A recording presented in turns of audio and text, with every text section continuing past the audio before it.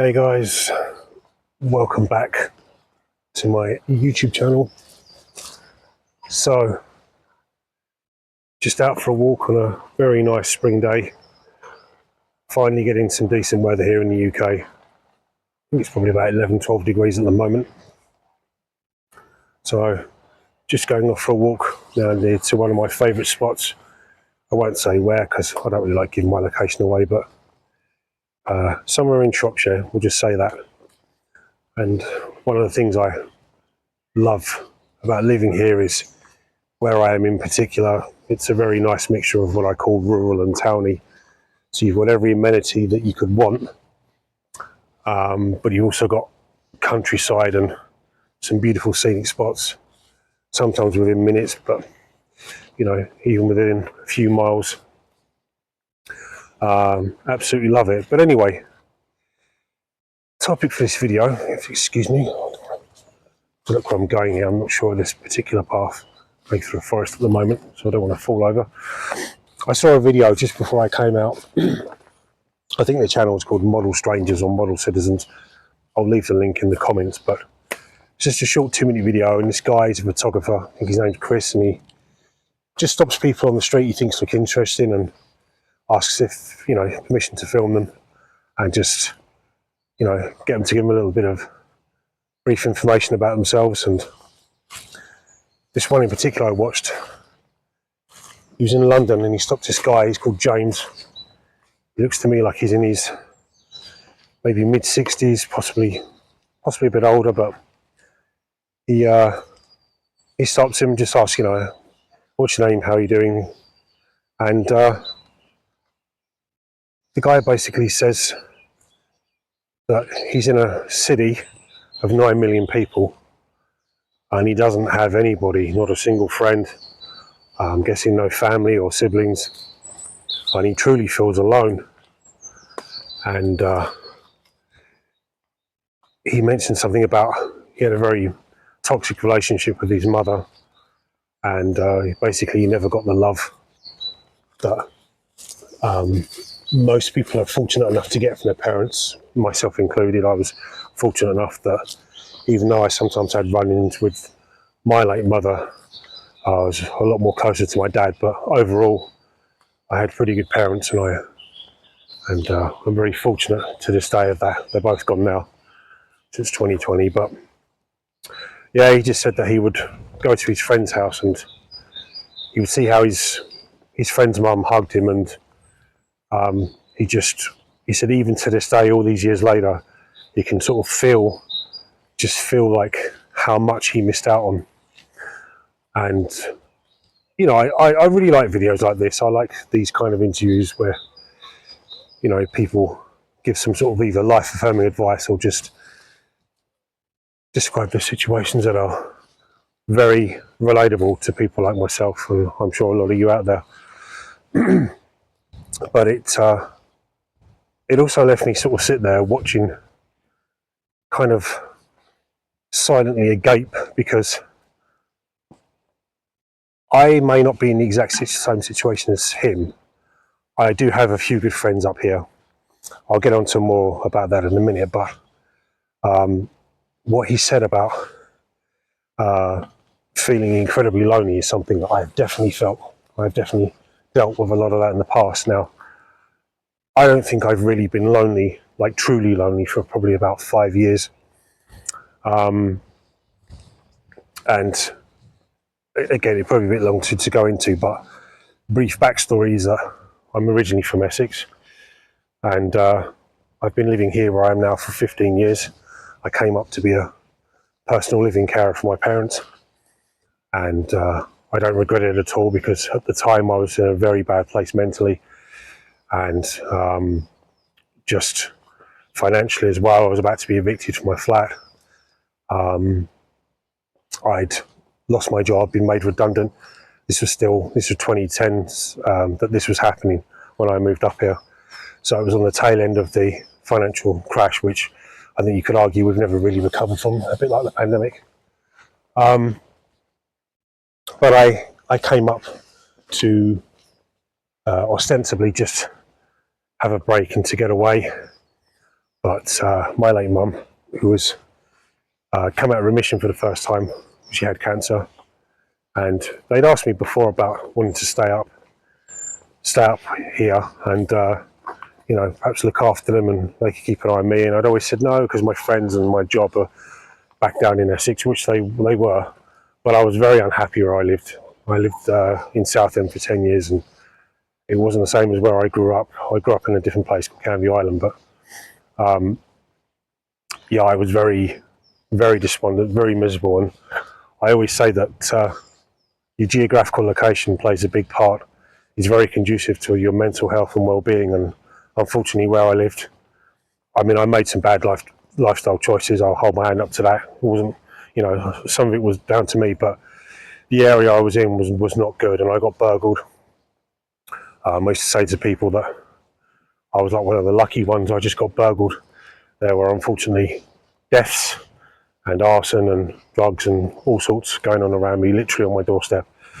And the fact that it's even worse now kind of blows my mind. But anyway, don't want to deviate too much from the subject. So, but one of the things that really struck me about his videos when he said about feeling so alone was that's how I felt for the longest time when I came up here, because I moved some, you know, 100+ miles away, and now I'm in an area where I don't know anybody, and I'm dealing with a lot of sort of personal trauma, both from, as I said, my own situation, and then also dealing with my parents as well, because if anyone out there has been a carer, especially for people that are been terminally ill, it's no walk in the park, I can tell you, probably more emotionally than anything else. And I'm quite a sensitive person anyway, so it definitely affected me. But at the same time, you know, I always look back and think I wouldn't have changed anything, because at least now I am living with my parents, so I could keep an eye on them and they could keep an eye on me. And I managed to spend at least another 10 years with them, which is something that just wouldn't have happened if I'd still been back in Essex.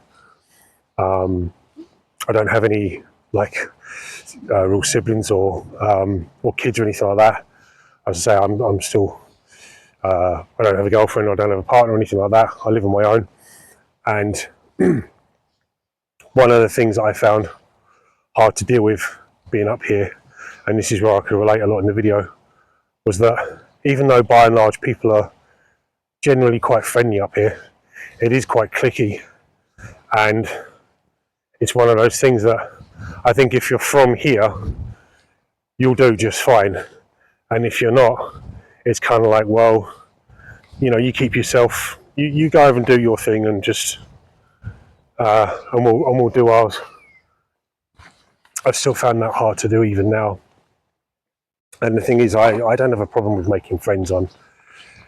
As much as I'm an introvert and I'm a homebody, I've always been a people person, so I've always managed to get on with people on their level a lot of the time. So making friends isn't the issue, and I do have a few sort of quite good friends up here, localish.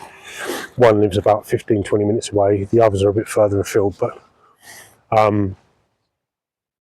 yeah, the loneliness part of it really struck me, because, you know, we've all felt lonely at some point, and being away all these many miles from, you know, the friend circle that I did have where I originally grew up, because I did have quite a few friends back there, all of a sudden that's gone. And not only am I dealing with severe depression, but now I'm also having to deal with literally being miles away, not having any of my friends, not being able to go out. So for quite a significant amount of years, I was very much felt very lonely up here. And then in 2015, so it's now been 10 years, I stumbled across the website meetup.com. For those of you who haven't heard of it, it's basically a website where people organise events, clubs, get-togethers, even holidays. It's a fantastic website, and I stumbled across it, and I ended up joining a couple of groups that were geared more towards walking and occasional social events.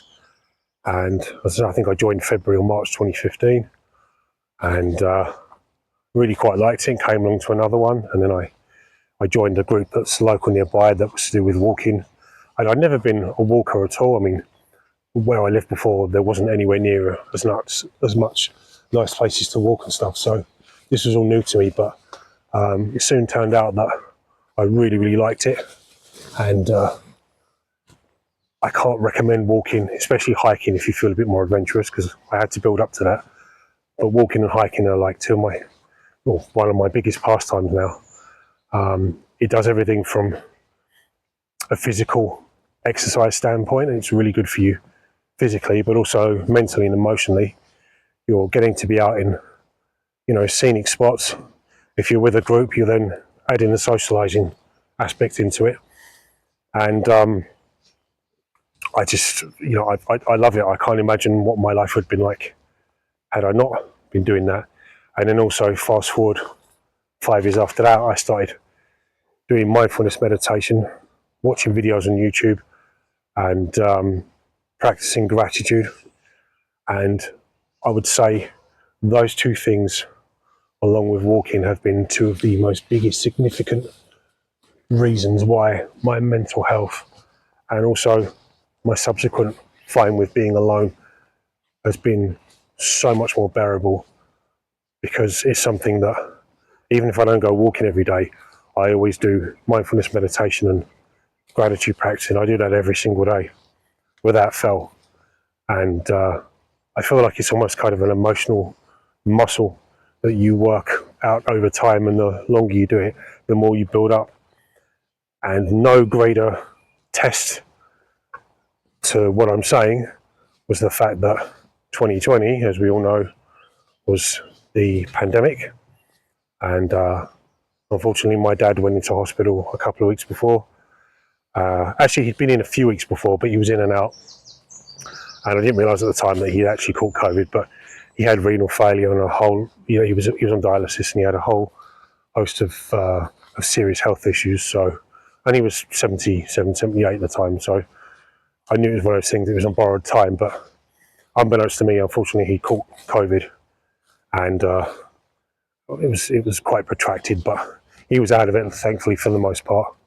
And I ended up managing to get him moved into a hospice, where he passed on the Tuesday after Boris Johnson, our then Prime Minister, issued the national lockdown. So a very tumultuous time, very strange time. And I think that's where the phrase "all alone together" came from, which is probably what I might call this video.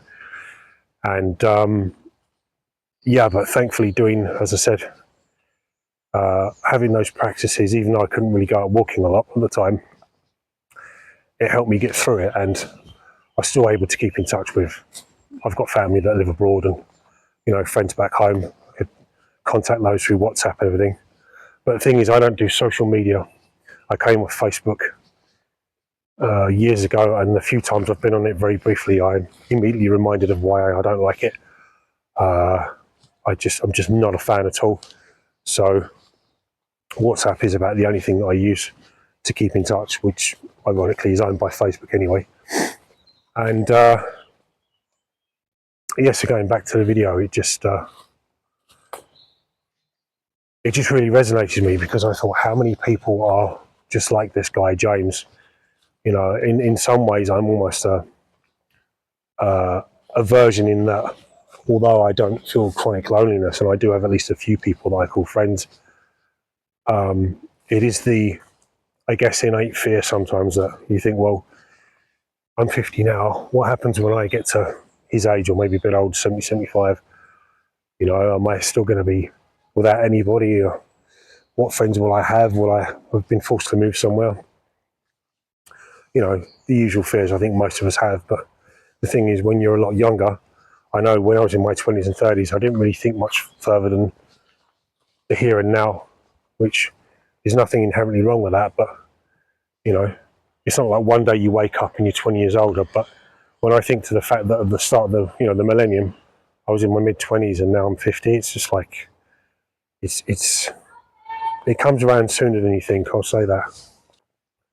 So yeah, I think it's fair to say that we are living in a much more atomised society, certainly as far as the West goes.